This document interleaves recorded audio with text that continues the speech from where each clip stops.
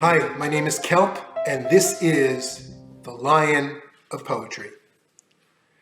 John Keats lived in England from 1795 to 1821.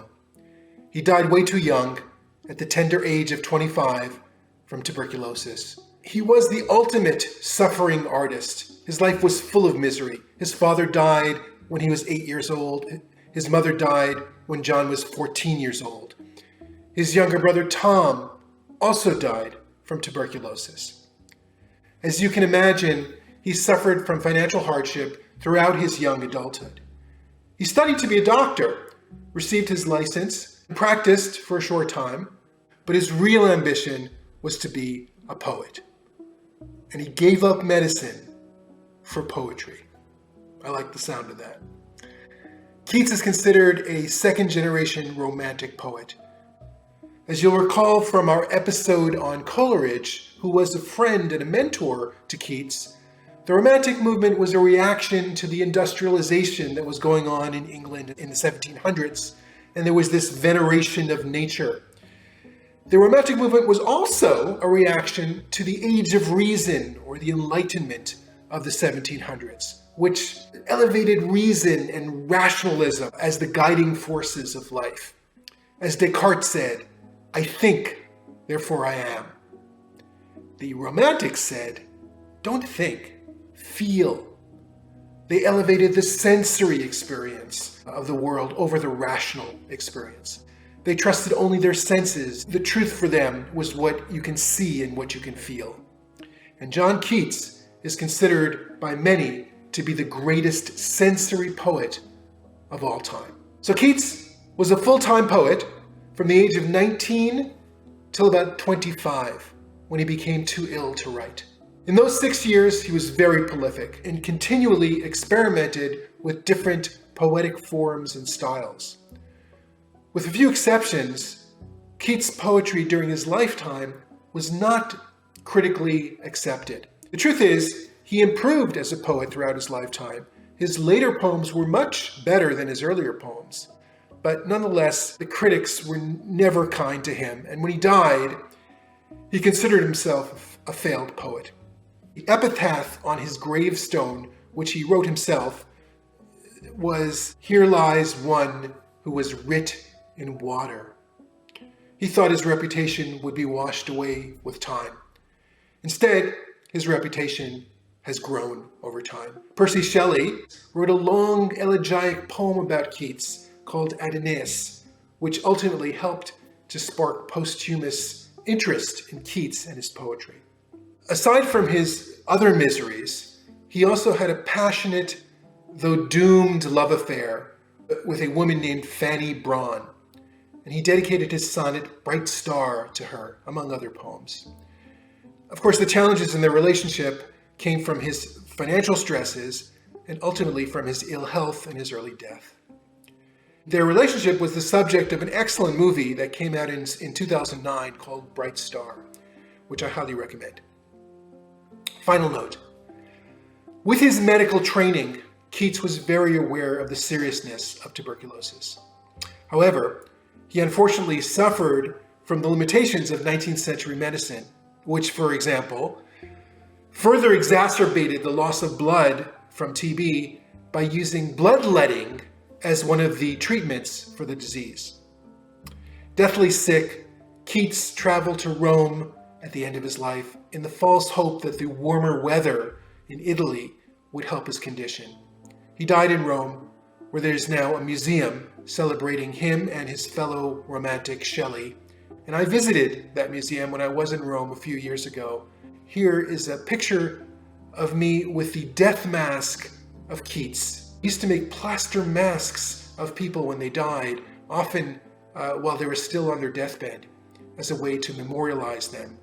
And here I am with the death mask of John Keats.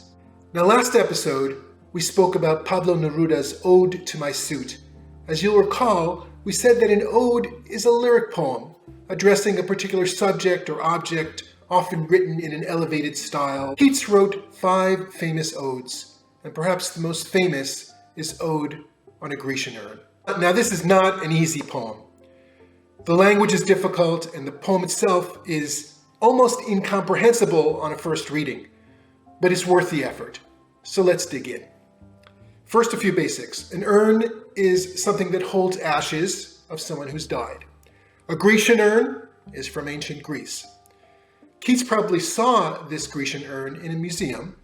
Now, commonly, urns in ancient Greece had pictures on them for decoration, sometimes showing scenes of nature, sometimes with lovers, gods, or deities. And that's what this poem is about. Keats is looking at the Grecian urn, and there must have been a few panels, different sides of the urn going around the urn, and he was imagining what the artist was trying to depict in each of these scenes. The main thing is understanding what Keats is doing. He's interacting with art. Art that was created hundreds of years before he was born, but which is still sending out a message to anyone who'll pay attention to it. Similarly, Keats's poem, also written a couple of hundred years ago, is calling out for us to interact with it. There's 5 stanzas. In the first stanza, the poet is addressing the urn itself. He calls the urn an unravished bride of quietness, a foster child of silence. The urn is an object. It has no mouth. It emits no sounds, but it is nonetheless crying out its story to the poet. The urn is a Sylvan historian. It's an artifact from a specific time in history, and it's trying to convey what was important to people, or at least to the artist, at that specific time in history. And what is it trying to convey? He's questioning the urn. What are these pictures about? What is the story they're trying to tell? The poet sees what he thinks are deities or mortals on the urn. What men or gods are these, he asks. He sees figures running in the picture on the urn. He's questioning, why are they running? What mad pursuit? What struggle to escape? Why are they playing musical instruments, pipes and timbrels? What wild ecstasy? Why are they so happy? The second stanza begins with a beautiful and memorable line. Heard memories are sweet, but those unheard are sweeter. Therefore, these soft pipes play on. The poet sees the musical instruments, but he can't hear them. He can only imagine them, what they would sound like. And this, for the poet, is perhaps sweeter than actually hearing them. Isn't this true in real life? Sometimes the fantasy is more compelling than the reality. He continues to describe the scenes that he sees on the urn. He sees lovers beneath a tree. They are about to kiss. The poet says, bold lover, never, never canst thou kiss. The lovers will never actually kiss, because what is captured on the urn is this snapshot in time just prior to the kiss. It will never be consummated. And the poet celebrates the beauty of this moment. Similarly, in the third stanza, the poet addresses a tree.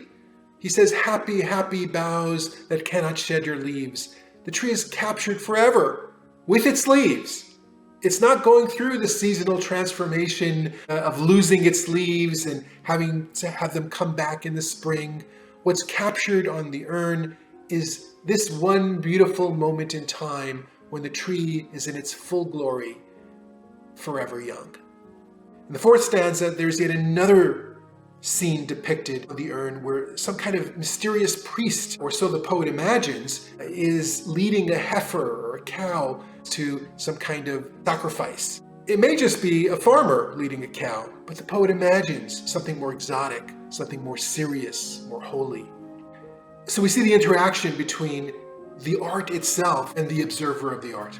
And finally, in the fifth stanza, he again is directly addressing the urn.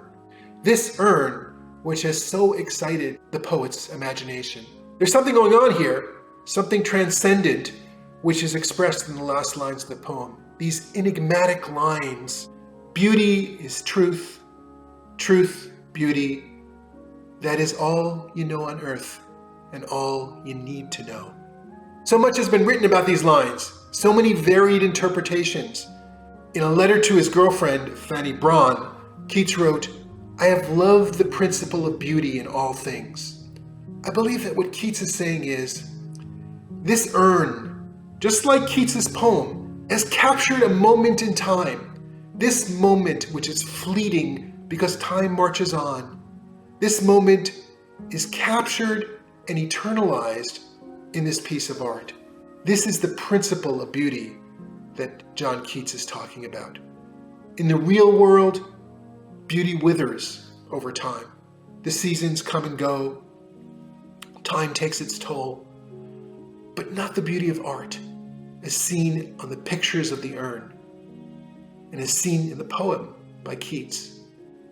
That, for Keats, is the truth of beauty eternally captured in a beautiful piece of art or in a beautiful work of poetry. Ode on a Grecian Urn. Thou still unravished bride of quietness, thou foster child of silence and slow time, sylvan historian, who canst thus express a flowery tale more sweetly than our rhyme. What the fringed legend haunts about thy shape of deities or mortals or of both, in Tempe or the dales of Arcady? What men or gods are these? What maidens loath? What mad pursuit? What struggle to escape? What pipes and timbrels? What wild ecstasy? Heard melodies are sweet, but those unheard are sweeter. Therefore, ye soft pipes, play on, not to the sensual ear, but more endeared, pipe to the spirit ditties of no tone. Fair youth, beneath the trees, thou canst not leave thy song, nor ever can those trees be bare. Bold lover, never, never canst thou kiss, though winning near the goal, yet do not grieve. She cannot fade, though thou hast not thy bliss, forever wilt thou love, and she be fair. Ah, happy, happy boughs that cannot shed your leaves, nor ever bid the spring adieu. And happy melodist, unwearied, forever piping songs, forever new. More happy love, more happy, happy love, forever warm and still to be enjoyed, forever panting and forever young, all breathing human passion far above, that leaves a heart high sorrowful and cloyed, a burning forehead and a parching tongue. Who are these coming to the sacrifice? To what green altar, O mysterious priest, leadst thou that heifer lowing at the skies, and all her silken flanks with garlands dressed? What little town by river or seashore or mountain built with peaceful citadel is emptied of this folk this pious morn? And little town, thy streets forevermore will silent be, and not a soul to tell why thou art desolate can e'er return. O Attic shape, fair attitude, with breed of marble men and maidens overwrought, with forest branches and the trodden weed, thou, silent form, dost tease us out of thought, as doth eternity. Cold pastoral, when old age shall this generation waste, thou shalt remain in midst of other woe than ours, a friend to man, to whom thou sayest, beauty is truth, truth, beauty. That is all ye know on earth, and all ye need to know. Well, I hope you enjoyed the music of the poem. Not just the ideas, but the sounds, the rhyming, the alliteration. John Keats, one of our greatest poets. We'll see you next time on The Line of Poetry.